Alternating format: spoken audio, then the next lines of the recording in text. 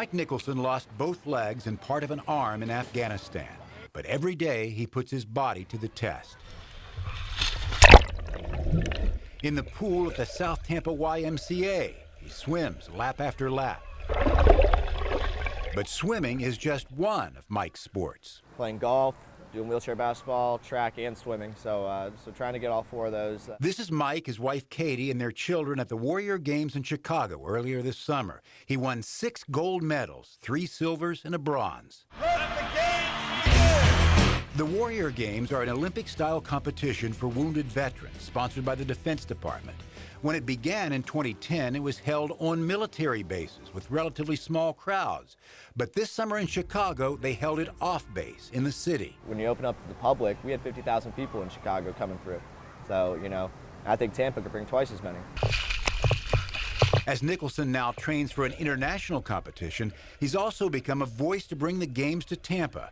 Special Operations Command at MacDill has also expressed an interest in hosting the games. But as in Chicago, it's likely that most of the events would be at venues off the base in the city. Tampa Councilman Luis Vieira says City Council will send a letter to organizers saying Tampa is interested in the Warrior Games. And now what we're going to strive to do is to get other local elected officials, community stakeholders involved so that we can kind of have a unified voice for the Tampa area on trying to get these games here.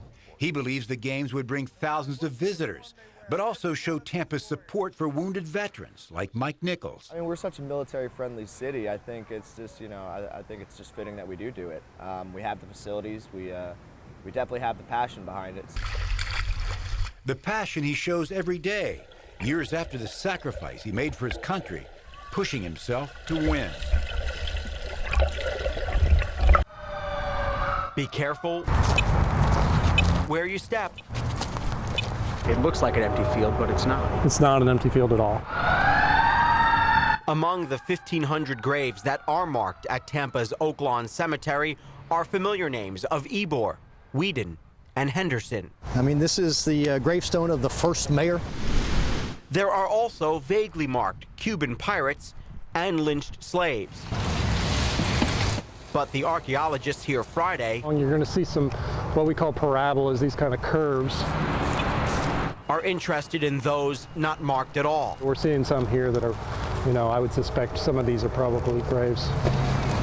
In the middle of the 3-acre property, thanks to magnetic and radar detectors that can peer up to 10 feet down, the USF team suspects there are 50 to 60 graves. There are a lot of monuments to famous people in the cemetery, but then there are a lot of people who don't have monuments that helped build the city, some of the slaves and other people. So it's nice to kind of like give them a little bit of their dignity back by hopefully finding their graves.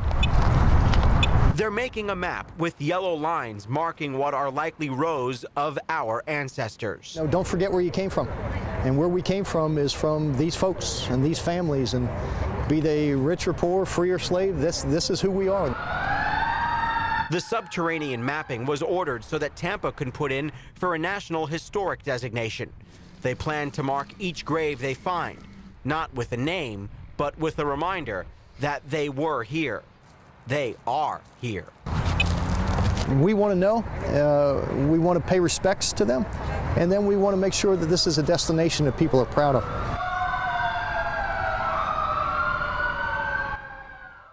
Start over, Michael. We weren't ready. A professional recording studio. Who can show no shame? It's a far cry from the Sarasota city streets where Donald Gould was playing a year ago.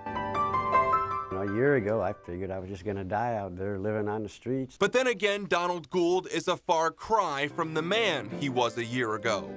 But his talent for making his fingers dance across the piano keys and a viral video would take Donald from homeless to artist. His quality of living is a lot better. I have my own place.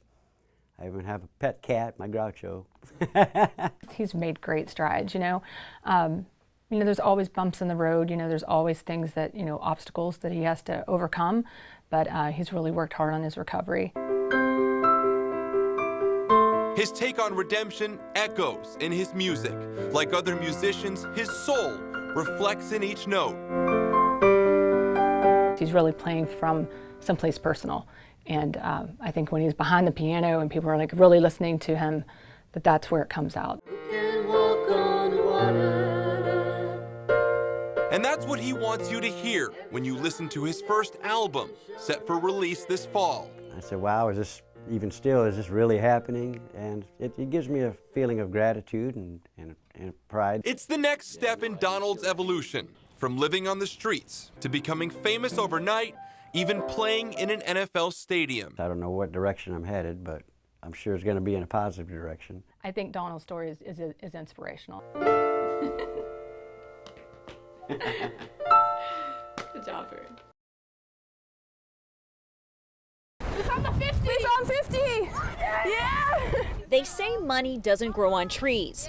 That doesn't mean you can't find some hidden in the trunk or in the sand. Yeah! Or maybe tucked into the dock. I didn't believe it at first. I thought it was a hoax. This one's in the volleyball net. It's not a hoax, it's a hunt, a Florida treasure hunt. When I found it, I was like, wow, like this is real. This is a real $20 bill in my hand. And I was excited. What's on the things? The treasure hunts movement, which started last year in Colorado, has officially made its way down south. Erica, we got the 50! We hide the money, we post a picture on Facebook. All you have to do is follow us. Bo Griswold, who lives in Colorado, came up with the idea last year. He's taking it nationwide. Just as a way to promote positivity throughout the state, get people outside, off their cell phones and next year, so it's moving really fast. Wait, what's next to the palm tree? Within minutes of clues being posted on the Florida Treasure Hunt's Facebook page, there's one down here somewhere. People in Indian Shores were on their feet, finding bill after bill. How much did you get? 5? 5. Here. This was really fun because we were not expecting it at all. From people saying that we're getting them out of depression, helping them get outside, to helping them get exercise. It's just special things like that to make it worth it. Max Bloss and his wife were the state's first happy hunters. Now he's a Florida ambassador, keeping the treasure hunt alive. I will be hiding money, whether it's Renington Shores, Clearwater Beach, Indian Rocks Beach. So if I found it! You find it, you keep it. Yeah, we got it! Look at these pictures. Who do you notice first? We just came back from Camp David. Certainly, the President and First Lady are most recognizable. We took a walk down Gorky Street in downtown Moscow. But something else they all have in common is Greg Mertz. I'm looking forward to someday when my grandchildren start learning history and they say, oh, Grandpa G was with President and Mrs. Reagan. Mertz served 4 presidents over 21 years in the Secret Service, starting with Ronald Reagan. He was assigned to the First Lady's detail in 1987. She was such a motivator and behind-the-scenes leader, mentor, partner, teammate with President Reagan. He trailed on horseback. He drove her. He did everything he could in all kinds of situations to keep her safe. During her Just Say No to Drugs campaign, Mertz was told that she'd be hoisted up at halftime by Charles Barkley to dunk a basketball. And so I was standing right outside of that picture, right under the basketball goal, almost like with my hands out, waiting for something bad to happen. The fond memories are more somber now. After she passed away, all of us, take it to heart. He says the way Nancy Reagan appeared to the public and the way she is being described now is how she really was. Mertz remembers the president's health scare towards the end of his administration. And every day when Mrs. Reagan left, she would thank all the agents and all the nurses for taking such good care of her husband. And she was so humble and so sincere about it. Mertz seldom discusses his career or his protectees, but he came forward this time to salute a woman he adored and pledged to give his life for. For First Lady, she carried a big stick, and she was very, very well respected.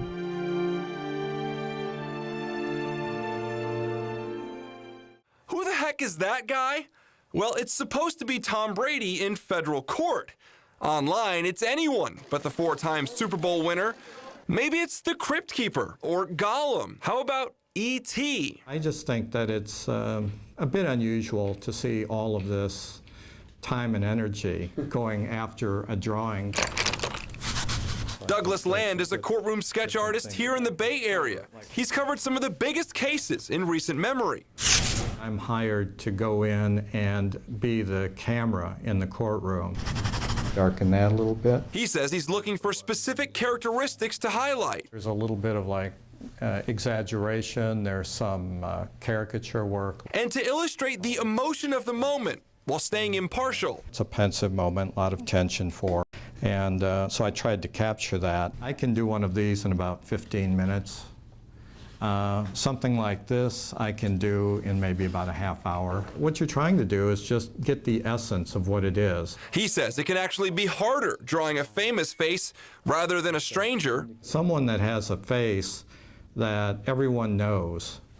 It's difficult because I think people can be quite judgmental. In the case of Brady's less than perfect portrait, artist Jane Rosenberg apologized for her work. I may not have made him look as handsome as he really is, and I apologize to the fans for that. I'm not really part of the social media world, so it was kind of shocking how many people are like, how I'm the story.